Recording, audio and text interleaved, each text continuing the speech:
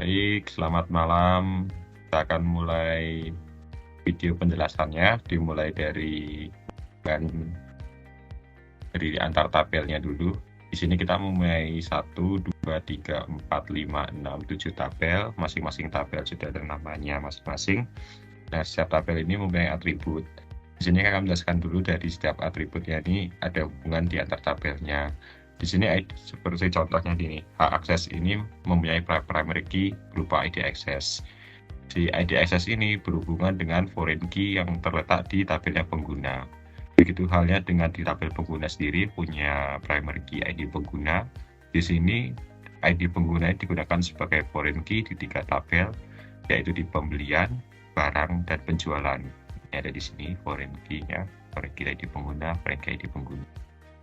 Kemudian di tabel pembelian juga nanti berlanjut pula terdapat keterkaitan seperti misalnya di sini ID pelanggan yang merupakan sebenarnya bisa jadi foreign key atas primary key yang ada di tabel pelanggan.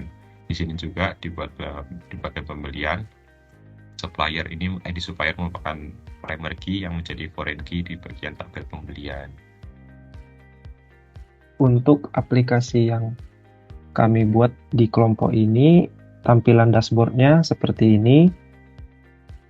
Di sini terdapat beberapa kelas yang kami jadikan menu seperti yang hak akses, barang, pembelian, penjualan, supplier, pelanggan, laporan laba rugi, dan pemaketan. Sama sesuai dengan tabel yang ada di database ya. Ada 8 tabel jadi totalnya. Nah, ini di tabel pertama. Untuk tabel pertama, kami tulis modelnya itu di kelas hak akses .php untuk kodenya ini untuk menarik data dari database-nya.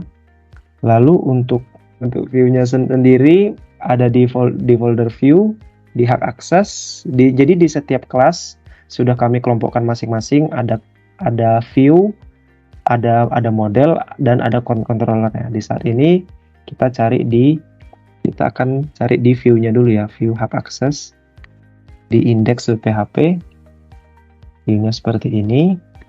Jadi yang bisa dilihat di website itu ada urutan, nama, dan kami juga menyediakan aksi berupa tambah data, tambah hak akses. Jadi para penggunanya nanti bisa menambahkan hak akses sendiri. Saat ini baru ada 7 hak akses yang di aplikasi yang kami buat. Jadi kalau ketika ingin ditambahkan bisa ditambah hak akses. Jadi ini masuk ke menu tambah hak akses, itu bisa dilihat di view-nya di hak akses di create. Lalu kalau enggak ditambah contohnya manajer gudang, keterangannya bisa tentang apa yang dilakukan manajer gudang seperti bertanggung jawab atas gudang.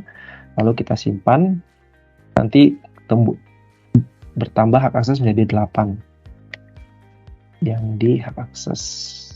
Nah, jadi ada manajer gudang. Untuk diedit bisa menggunakan edit. Kalau di view-nya itu masuk ke edit.php. Di sini kalau misalnya manajer gudang 2, kita ubah datanya jadi manajer gudang 2, simpan datanya ke ubah. Kalau ingin dihapus langsung bisa dihapus.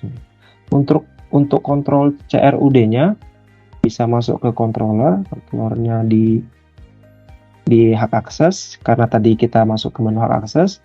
Yang untuk penambahan data bisa menggunakan controller hak akses store.php. Kalau untuk update data bisa dengan controller akses update.php.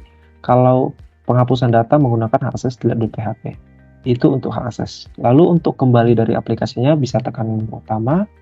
Nah, sama seperti barang kami buat di websitenya. Dari tampilan view awalnya itu ada urutan, nama barang, keterangan barangnya, satuannya, dan aksinya sama-sama punya CRUD. Ada penambahan, ada edit, ada hapus. Untuk kodenya ada di modelnya barang, menarik data dari tabel barang yang di database TK3RF. yang bagian barang ini. Lalu untuk view-nya kami buat di view barang sama seperti yang sebelumnya, ada index itu untuk tampilan ininya, tampilan awal ininya, edit untuk tampilan ini, dan create itu penambahan barang seperti ini, kelas barang. Di contohnya kita tambah barang-barangnya.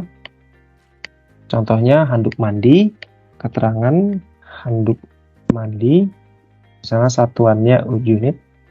Nah, di sini kita masukin nama penggunanya karena ID pengguna di tabel barang itu menjadi foreign key.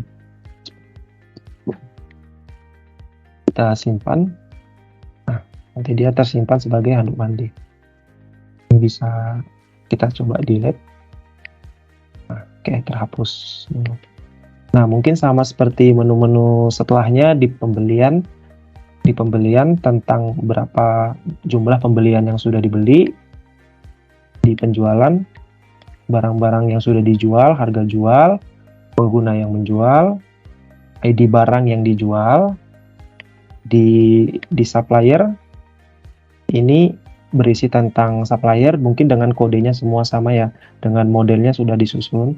Supplier untuk view-nya semua sama, ada index edit create-nya juga karena aplikasinya masih sama. Untuk kontrolnya juga masih ada penambahan, edit, dan hapus. Untuk pelanggan juga sama, laporan laba rugi ini salah satu, ini aplikasi ini kami buat dengan mengurutkan barang-barang yang sudah terjual dan terbeli, yang sudah dijual dan dibeli, lalu dikurangkan dengan menggunakan operasi matematika sederhana, ditotalkan. Misalnya nih, hard disk eksternal Toshiba View Basic dijual dengan harga 18 juta, namun tidak ada harga belinya. Otomatis penjualnya ini mendapatkan keuntungan profit sebesar 18 juta. Ini pengurangan sederhana, dashboard sederhana, mungkin bisa dikembangkan nanti untuk agar perusahaan bisa mengetahui dengan barang apa, misalnya di barang apa, berapa sih keuntungan atau kerugian dari hasil penjualan barang tersebut. Ini barang-barang yang ada di aplikasi kami, di data kami, seperti ini. Kalau yang minus, dia otomatis keluar minusnya, misalnya harga belinya lebih tinggi daripada harga jualnya. Otomatis dia itu tinggal bisa disesuaikan aja nanti, tergantung dengan perusahaan masing-masing. Nah, itu untuk laporan laba rugi sederhana yang kami buat. Lalu selanjutnya kami juga memiliki aplikasi ini punya fitur pemaketan. Ya, selanjutnya ada menu pemaketan. Di sini adalah sebenarnya implementasi sederhana dari linear function ya. Jadi ada dua barang, kemudian kita akan mencari tahu total harga dari kombinasi dua barang tersebut. Sebagai contoh, yaitu pertama, misalnya barang pertama yaitu adalah keyboard Logitech K120, selanjutnya barang kedua printer HP DeskJet 2676. Nah, kita bisa kalkulasi di sini. Kita bisa mengetahui apabila keyboard Logitech K120 itu satu barang, kemudian printer HP DeskJet ada 9 barang, kita dapat menjual di kisaran 7140 7.140.000. Nah, ini masih COGS biasa ya, belum ada markup keuntungan.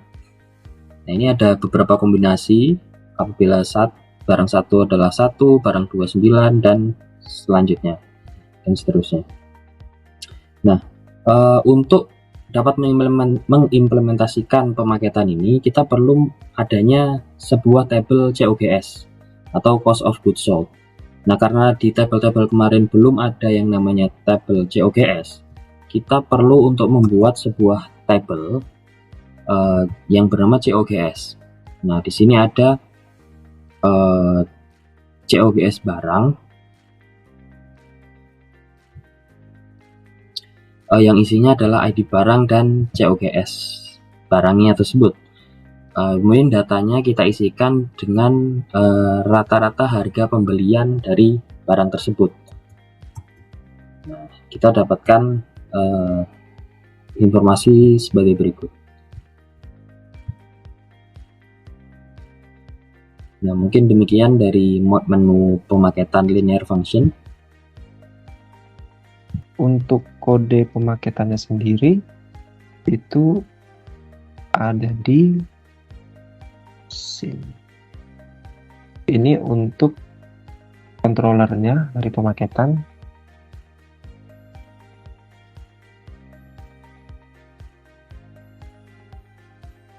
Oke. Mungkin itu saja aplikasi sederhana yang kami buat.